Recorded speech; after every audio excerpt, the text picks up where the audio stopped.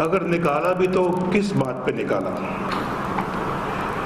کہ ڈسکوالیفیکیشن کی کوئی یہ وجہ بنتی ہے کہ آپ کا دل اس بات کی گواہی دیتا ہے؟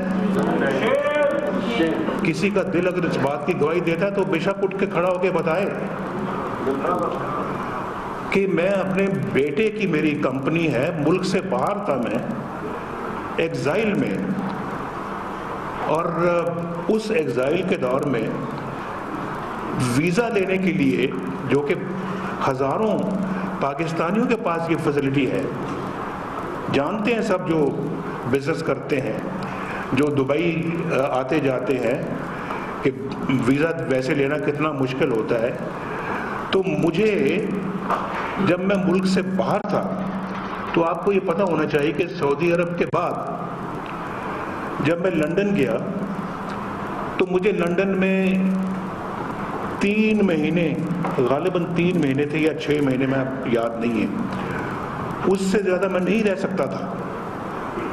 اور مجھے وہاں سے نکل کر کسی اور ملک میں جانا پڑتا تھا اور پھر واپس لنڈن آنا پڑتا تھا.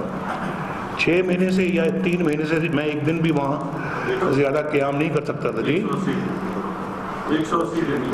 6 مہینے ہوں گے.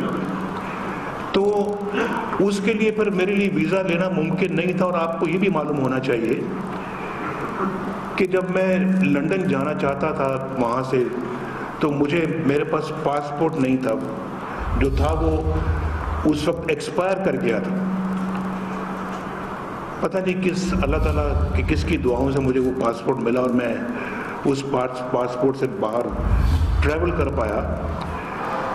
تو وہ ویزا لینے کے لیے پھر وہاں جا کے 6 مہینے کا ویزا ملتا تھا لنڈن کا، یو کے کا. تو جا کر دبئی سے پھر میں نیا ویزا لیتا تھا اور پھر دوبارہ میں انگلینڈ جاتا تھا، کیونکہ ہمارا سارا مرکز سیاست کا بھی وہاں پہ یو کے میں تھا، لنڈن میں تھا. بہت سارے لوگوں کو اس بات کا علم ہے جو وہاں آ کے ہمیں ملتے رہے کہ لنڈن میں ہماری تمام سیاسی سرگرمیاں وہاں ہوتی تھیں. تو وہ ویزا لینے کے لیے ہم نے یہ سوچا کہ یہ ایک راستہ ہے، قانونی راستہ ہے. تو میرے بیٹے نے وہاں پہ یہ کمپنی کھولی اور اس کے لیے ظاہر ہے پھر وہاں پہ میرے ساتھ اس نے بات کی. میں نے کہا کہ میں کیا، مجھے کمپنی میں تم کیا رکھو گے بھائی؟ کوئی ملازم رکھو گے، کیا رکھو گے؟ تو میں جب پہنچوں گا دبئی ایئرپورٹ پہ لنڈن سے، وہ میری شکل دیکھیں گے کہ یہ محمد نواز شریف آیا ہوا ہے اور یہ پاکستان کا وزیر اعظم رہا ہے اور اس کمپنی میں بطور کلرک بھرتی ہو گیا ہی. تو کوئی اپنا، انہوں نے کہا جی ہم کوئی اپنا مناسب سا ڈیزگنیشن آپ کے لیے بنا لیتے ہیں. تو انہوں نے مجھے چیئرمین بنا دیا بورڈ آف ڈائریکٹرز کا.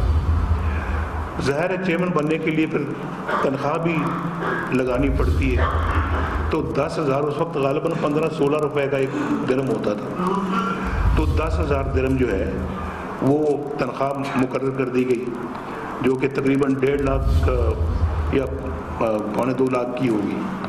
چیک کر لوں گا کہ اس وقت روپے کا، یہ درہم کا کیا ریٹ تھا روپے کے ساتھ. تو اب اپنا جو ہے وہ تنخواہ وہاں پہ انہوں نے لگا دی.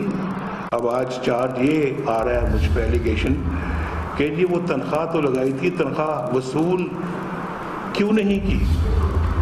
کچھ وصول کرو تب مصیبت ہے، کچھ نہ وصول کرو تب مصیبت ہے. جنہوں نے آج تک وصول کیا ہے اس ملک کے اندر یا غاصبانہ قبضہ کیا ہے، رشوت لی ہے، بہت کچھ کیا ہے، ان کو تو کوئی نہیں پوچھتا یہاں پر. اور جنہوں نے کچھ بھی وصول نہیں کیا بلکہ پلے سے دیا ہے، آج ان کے اوپر جو ہے وہ اس طرح کے کیسز بنا کے ان کو ڈسکوالیفائی کیا جا رہا ہے. کہتے ہیں کہ جی وصول کیوں نہیں ہوئی؟ جب نہیں ہوئی تو آپ اس کا نوٹس لیں کہ کیوں نہیں ہوئی. اور اس کے بعد چونکہ وصول نہیں ہوئی لہٰذا ایک یہ ایسٹ ہے جو کہ نواز شریف کو ڈکلیئر کرنا چاہیے تھا. کچھ لیا ہی نہیں تو میں ڈکلیئر کیا کروں؟ اور کچھ جیب میں آتا ہے تو بندہ ڈکلیئر کرتا ہے نا. یہاں کو جیب میں بہت کچھ آتا ہے, لوگ ویسے ڈکلیئر نہیں کرتے. تو یہ جیب میں بھی کچھ نہیں آیا تو ڈکلیئر میں کیا کرتا. اور میرے بیٹے کی کمپنی ہے بھائی, یہ کوئی سرکاری کمپنی نہیں تھی, کوئی اپنا حکومت پاکستان کی کمپنی نہیں تھی, اور میری کو وہاں پہ کوئی 10 کروڑ روپے تنخواہ نہیں تھی. یہ آپ دیکھ لیں, اگر تو آپ کی سوجھ بوجھ اور آپ کی فہم و فراست اور عقل و فہم آپ کی اس بات کو قبول کرتی ہے تو پھر تو میں مجرم ہوں. اگر نہیں کرتی تو پھر آپ بتائیے مجھے.